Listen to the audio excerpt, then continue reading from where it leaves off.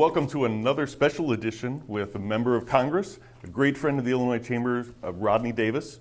We're very happy you're here, and we just want to ask you some quick questions about what's going on in Washington and what's happening here in your district. Wanted to go ahead and start off with you are a member of the Transportation and Infrastructure Committee. A lot of discussion about trillions of dollars being spent. We know the need is there. Everybody wants to know, okay, where the dollar's going to go, but where the dollar's going to come from. Sure. You know, this is a major issue. This is one of the reasons why I ran for Congress. You can remember I sat in this room 4.5 years ago, and I said, I want to be the type of Republican who wants to govern, and we should invest more in our crumbling roads and bridges and our infrastructure in this country.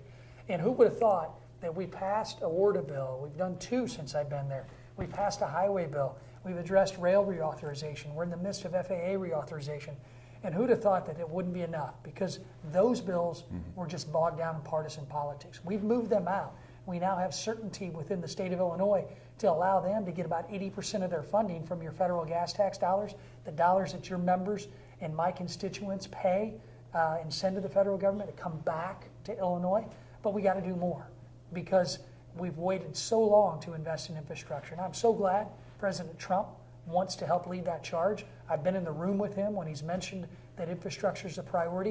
And when we talk about pay-fors, you know, there's going to be a lot of talk about just raise the gas tax. We got to take a step back and think about that. If you raise the gas tax, and at the same time we have laws in place that are requiring car manufacturers to burn less gas, are we just putting ourselves in a situation where we're going to have a shortfall again? And couple that with, you look at plans that the president of France laid out a few weeks ago. He doesn't want any gasoline burning vehicles on the roads in France in 20 years. So if electric and hybrid technology is going to get to the level where it can be at our fleets, then raising the gas tax is simply not a solution. Got to diversify. Got to think about ways to bring electric vehicles into the mix. And that's a debate that I'm hoping to have with my constituents and also with many of your members. We certainly hope you'll keep in mind all of the above is where the Illinois Chamber and our members are, and I think that you are as well. We've got a little refining here in the state of Illinois, so certainly for those folks, that's not necessarily our vision. But also coming up at the end of 2018, the current ag bill is going to go ahead and sunset. Yes. And you're already very, very active in preparations for the next bill. Can you tell us about that? Absolutely. And just one addition to the last question. I'd love for people to go take a look at the BOLD Act as just kind of an idea to diversify that transportation portfolio and really make sure that as we have more electric vehicles come into the mix, that they become more part of that highway trust fund dollar and in those dollars. And that's something we need to begin debating, as you said. But the Farm Bill is what we're debating right now, too. Even though it doesn't expire until 2018, Chairman Mike Conaway from Texas wants us to be prepared to write it and be ready to go so that we don't have to do an extension. I was in San Angelo, Texas with Chairman Conaway, Ranking Member Colin Peterson, and a bipartisan group of members, my fellow House Ag Committee members. And we talked about some of the changes that need to be made. But more importantly, we listened to the 300 people that were there talk about what ag policy means to Texas. And one thing I found is it's really not too much different than what I hear from our producers right here in central Illinois. Very good.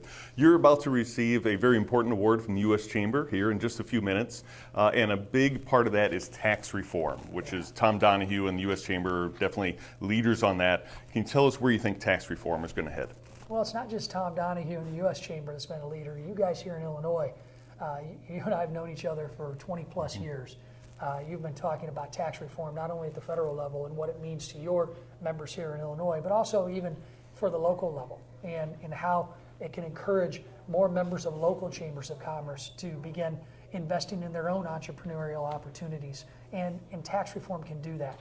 We believe that we can put over $5,000 in the average American family's pockets by just simply changing our tax code, making it fairer, flatter, and simpler, but also retaining some of the ability to donate to charity, to deduct your home mortgage interest and other educational expenses that are part of our tax code. And when we do it, if our plan passes as it's being proposed, about 90 to 95% of all Americans will do their taxes on a postcard. That's tremendous. That's tremendous. Last thing I wanted to go ahead and wrap up with is it's obviously there was an incredibly disturbing occurrence out in Washington with the shooting. You were there, and you've been a real leader in talking about the need to restore bipartisanship and really kind of tone down both the left, radical left, and radical right, the rhetoric to try and rebuild the center. We're a conservative group. We're always going to be a conservative group. Free markets, but you know what? How you talk about things and how you engage really is important. Do you mind speaking to that a little bit?